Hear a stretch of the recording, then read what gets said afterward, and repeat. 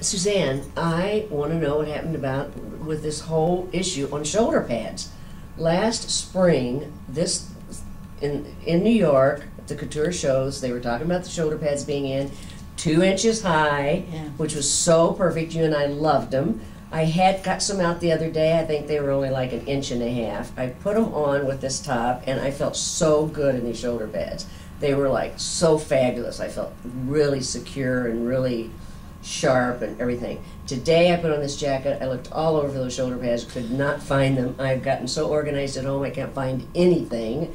But Your I can't. closet did look really good. I know it. I know. She stayed at my house for the weekend, so I know it was. I did organize it.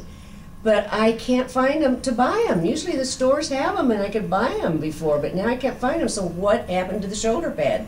Well, and I think the whole fact that the shoulder pads are so flattering to most people because Yeah. they make you look smaller than you really are. So we all got used to that kind of sexy, cocky look, Yeah. and now we're all kind of slump-shouldered, no shoulder, Round. So anyway, you are on a campaign to reinstitute shoulder pads. Yes. I want to be able to go and buy them. I want to wear them with everything. I love shoulder pads.